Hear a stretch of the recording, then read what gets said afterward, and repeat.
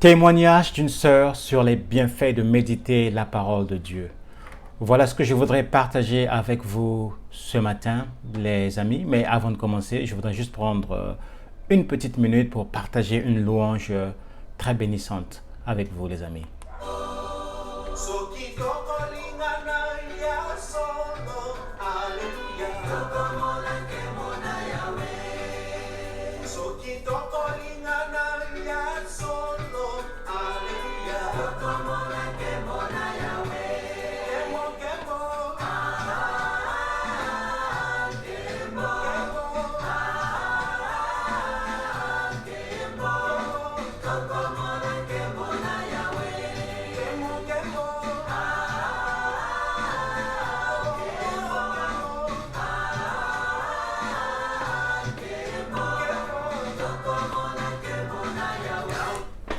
Alléluia, soyez bénis les amis. C'est une louange congolaise qui dit que si nous nous aimons sincèrement, nous allons voir la gloire de Dieu.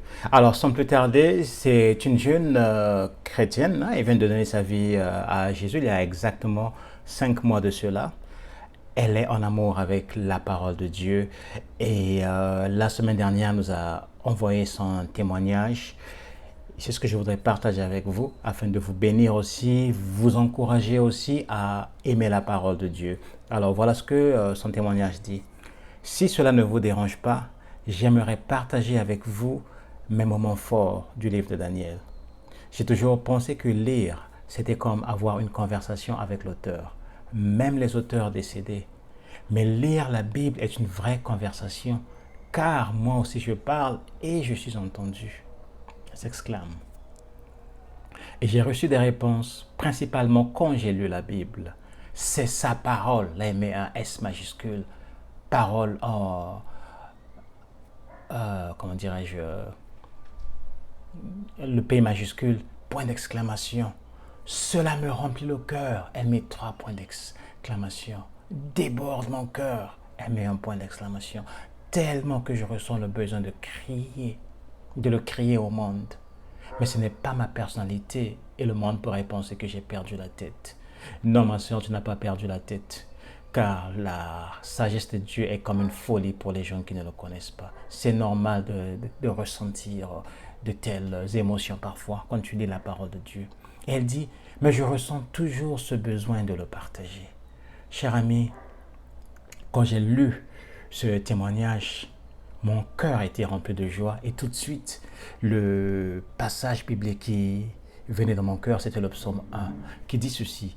Heureux l'homme qui ne marche pas selon le conseil des méchants, qui ne s'arrête pas sur le chemin des pécheurs et qui ne s'assied pas sur le banc des moqueurs, mais qui trouve son plaisir dans la loi de l'Éternel et qui médite sa loi jour et nuit. Je reprends encore le verset 2. Mais qui trouve son plaisir dans la loi de l'Éternel et qui médite sa loi jour et nuit. La Bible n'est pas un livre comme les autres, les amis. C'est la parole révélée de Dieu. Dieu est sa parole et Dieu est dans sa parole. Vous ne pouvez pas comparer la Bible à un autre livre. Quand vous commencez à le lire, elle transforme vos cœurs. Jean 1 nous dit ceci. Au commencement était la parole, et la parole était Dieu. Au verset 2, il dit, elle était au commencement avec Dieu. Et le Seigneur Jésus nous a dit quoi en Jean 6, 63? C'est l'esprit qui vivifie, la chair ne sert de rien. Les paroles que je vous ai dites sont esprit et vie. Quand on commence à lire la parole de Dieu, cher ami, il se passe des choses dans notre vie. La parole de Dieu nourrit notre esprit, nourrit notre âme intérieure. Le Seigneur Jésus, en Matthieu 4, 4, a dit ceci. Il est écrit, l'homme ne vivra pas seulement de pain, mais de toute parole qui sort de la bouche de l'Éternel. La parole de Dieu nourrit notre âme intérieure. Et c'est ce dont nous avons besoin pour pouvoir grandir spirituellement. Je veux dire, l'un des éléments dont nous avons besoin, en plus de la prière et autre chose. Commencez à lire la parole de Dieu. Beaucoup de gens Beaucoup de gens ont vu leur vie changer, transformer lorsqu'ils ont commencé juste à lire la parole de Dieu. Il y a des critiques qui sont allés lire la Bible. C'était des athées avec un esprit critique. Mais chemin faisant, ils ont été convaincus. Cette parole touche le cœur de l'homme. Jérémie 15, 16. J'ai recueilli tes paroles et je les ai dévorées. Tes paroles ont fait la joie et l'allégresse de mon cœur. Car ton nom est invoqué sur moi, Éternel Dieu des armées. La parole de Dieu est bonne. Cher ami, essaie de la mettre en pratique. Je sais de quoi je parle. Je vous lance un défi. Appliquez-vous à lire la Bible pendant 1 mois et regardez ce qui va se passer dans vos vies. Je vous lance ce témoignage. Essayez. Même si vous êtes athée, allez avec un esprit critique. Je vous recommande de commencer par les évangiles et plus précisément l'évangile de Jean. Allez-y. Après Jean, passez à Éphésiens.